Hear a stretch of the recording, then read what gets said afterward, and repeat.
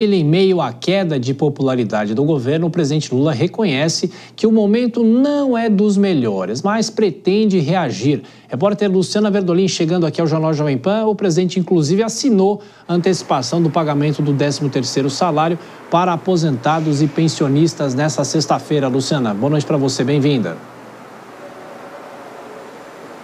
Boa noite, Tiago. Boa noite a todos. Foi exatamente isso. Já é comum, já é tradicional no país a antecipação, pelo menos de metade do 13º. Nesse momento, o presidente decidiu antecipar as duas parcelas. A primeira parcela vai ser paga agora em abril e a segunda parcela em maio. Vai beneficiar 34.200.000 aposentados e pensionistas ou quem receba algum tipo de benefício da Previdência Social, como auxílio saúde, auxílio reclusão, algum tipo de benefício ligado a afastamento temporário. O BPC, o benefício de prestação continuada, não dá direito ao pagamento do 13º. O governo está bastante confiante, diz que vão ser injetados na economia brasileira 73 bilhões e 300 milhões de reais e que isso vai ser importante também para movimentar a economia como um todo. O calendário de pagamento, Tiago, vai ser o seguinte: a primeira parcela será paga entre os dias 24 agora de abril e 8 de maio, juntamente com o pagamento da aposentadoria ou benefício do mês. E a segunda parcela vai ser paga entre 25 de maio e 8 de junho, junto também com a aposentadoria do mês subsequente. Vale lembrar aí que o governo já tinha sinalizado, a ministra do Planejamento, Simone Tebet, essa semana disse que não seria possível liberar a antecipação do 13º agora no mês de abril, que seria muito complicado. Mas a decisão foi tomada pelo presidente Lula e o governo está se organizando, já está publicado no Diário Oficial. E Luciano, um outro anúncio feito pelo governo foi a ampliação da faixa de renda familiar para a participação no programa Minha Casa Minha Vida. A partir de agora, qual o limite desse novo financiamento, dessa nova possibilidade de compra da casa própria?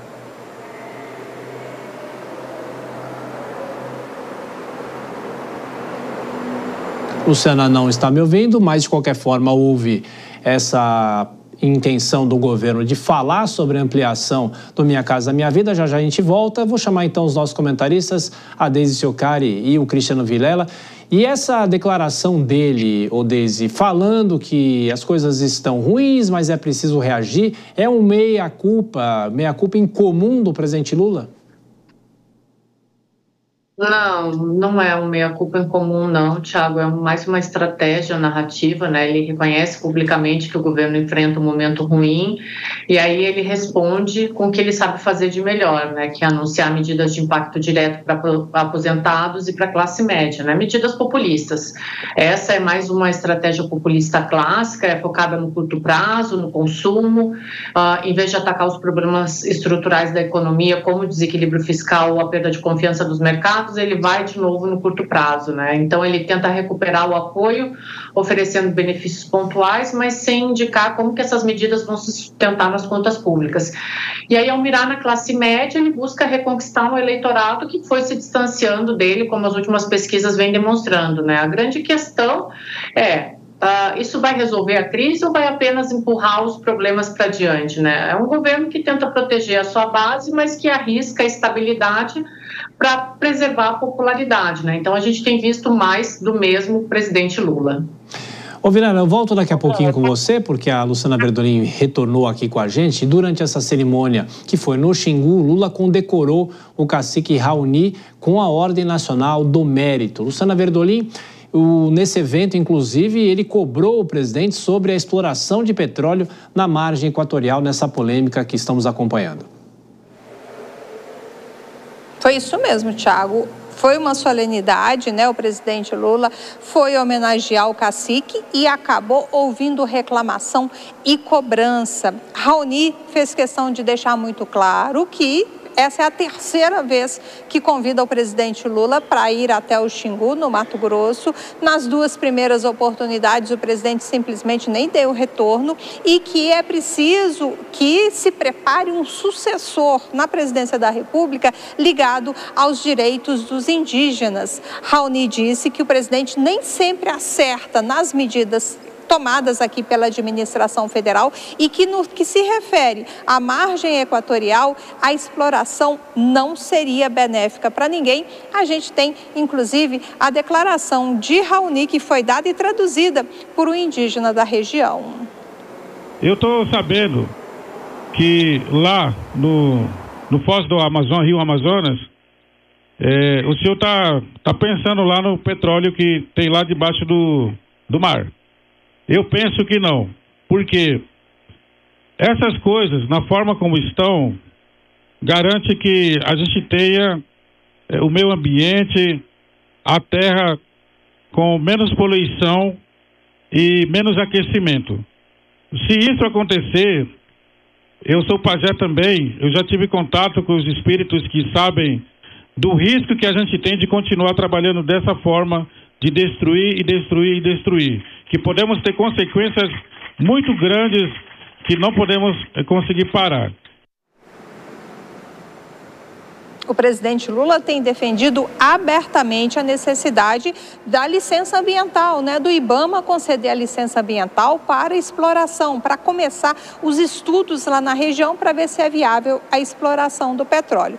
Por conta disso, Lula até levou numa boa reclamação, brincou ali e disse que o governo brasileiro está muito integrado nas questões, levando em consideração que os indígenas vão ajudar na meta de desmatamento zero até 2030. E Lula disse também que estão erradas as pessoas que são contra as demarcações de terras indígenas, porque durante a solenidade foi cobrado também do governo brasileiro o apoio para que o Supremo Tribunal Federal defina de vez a questão em torno do marco temporal, que diz o seguinte, que os indígenas teriam direito à posse da terra desde que as ocupem efetivamente até 88. O Supremo já decidiu que isso é inconstitucional, o Congresso Nacional manteve essa decisão e o presidente Lula, aqui o Palácio do Planalto, também concorda que é preciso expandir. Segundo Lula, quem reclama que os indígenas têm 14% do território nacional estão equivocados. É isso. Luciana Verdolim, então, trazendo essa participação do presidente Lula.